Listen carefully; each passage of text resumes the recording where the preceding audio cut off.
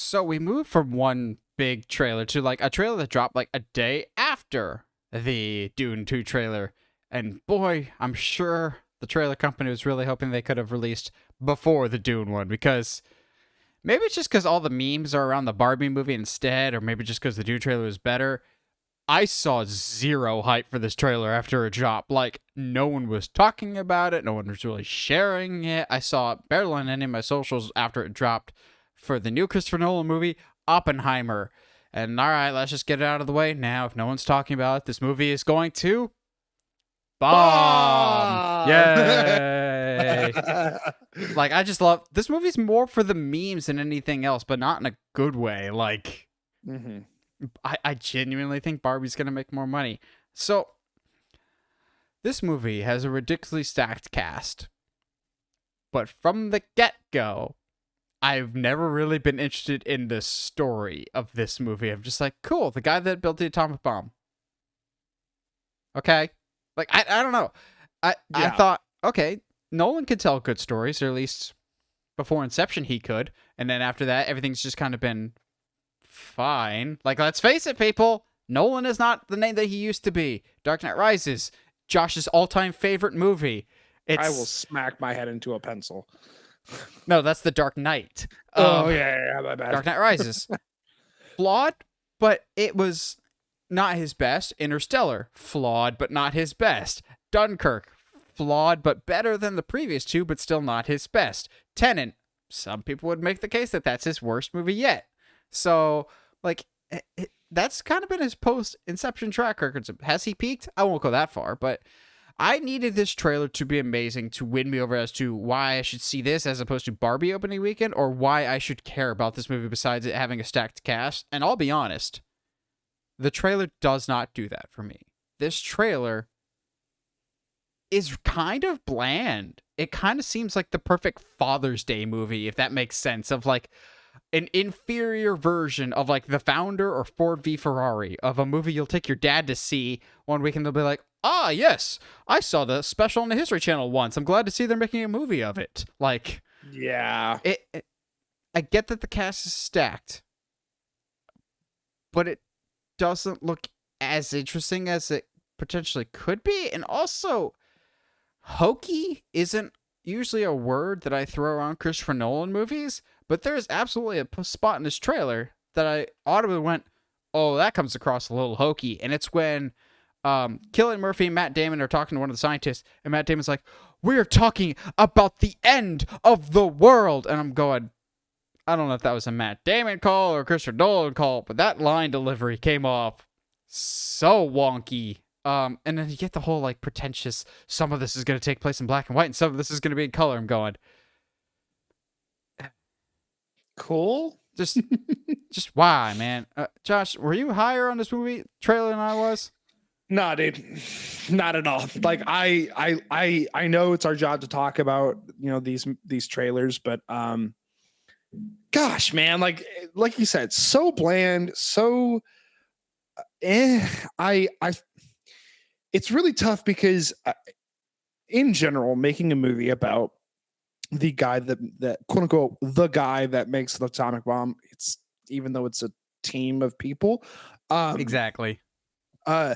At the height of the World War,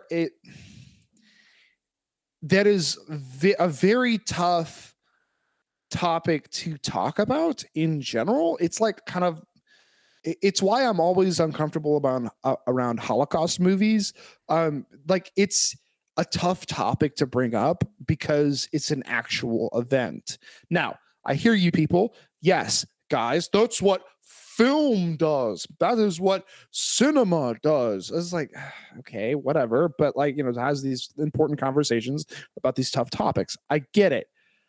However, when you're talking about a bomb that legitimately decimated an entire country, when you're talking about an event in history that, yes, changed everything, and some would argue not for the better, and then you're going to show this trailer and have no one questioning the morality of anything, and they're just like, nah, dog, we're just going to make a bomb that kills millions of people. because war, because it's the end of the world, blah blah. And like, I wish, and maybe this is definitely like a level of hindsight's 2020 when it comes to history, and some maybe some revisionist history maybe happening in my mind. But like, I wish that this movie at least has and maybe, you know what, that's what it is. That's what makes this trailer strike no notes whatsoever, is it does feel like a documentary that you would see on Netflix. It does feel like something that is just reporting the facts. It has no actual conversation to have with the audience. There's no moral question, there's no ethical question, nothing. It's just, hey, this is what happened. Isn't that cool, guys? And I don't want to go sit in a theater and see that for, I don't, what he 3 dropped hours. like for 3 hours, dog. I will sit on my couch and watch it if I watch this movie. Here's the thing. It's just an issue that's kind of always followed Christopher Nolan's career. It first started as a joke, but then as movies progressed, people kind of noticed this trend. And then I noticed it post the Dark Knight trilogy, and it still factors into the Dark Knight trilogy, but not as much. Christopher Nolan, I think, struggles with protagonists that you will care about.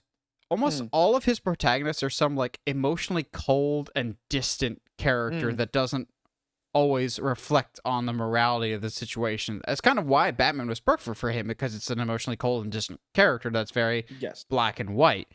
But as great as Inception is, Cobb is not necessarily, I would think, the most interesting character to me. Like, Leo puts a really great performance in there, but fundamentally the character doesn't have a lot of depth to him, I don't think. Agreed. Again, Matthew McConaughey, great performance.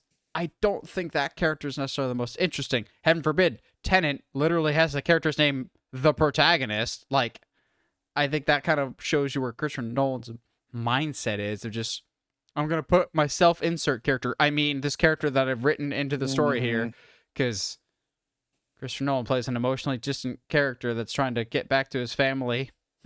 Interesting. That always has an estranged relationship with their spouse character. Interesting. Yeah. That's the thing.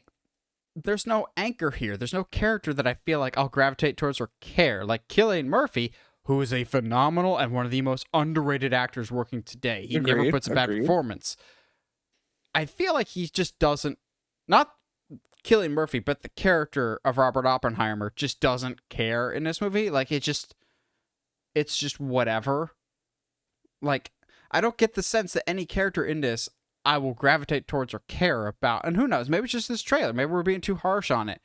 But I've been on the fence for a while about this movie, and I think Paramount really wants this movie to do well, because this is the first movie that Paramount has worked with Christopher Nolan after his very public breakup with Warner Brothers. They really want this deal to pay off for them. We joke, I don't want this movie to bomb, but it actually genuinely might get blown away by Barbie. I mean, yeah, but like, and I hate that. Now there will be this discourse between the two films. Now there's going to be like, well, obviously people just like seeing popcorn films over popcorn movies as opposed to films and cinema. It's like, I don't think that's the conversation here. Barbie just seems to have a mass appeal, be a more, it seems like it's going to be more entertaining, and Oppenheimer, especially after this first trailer, doesn't seem to have anything interesting to say.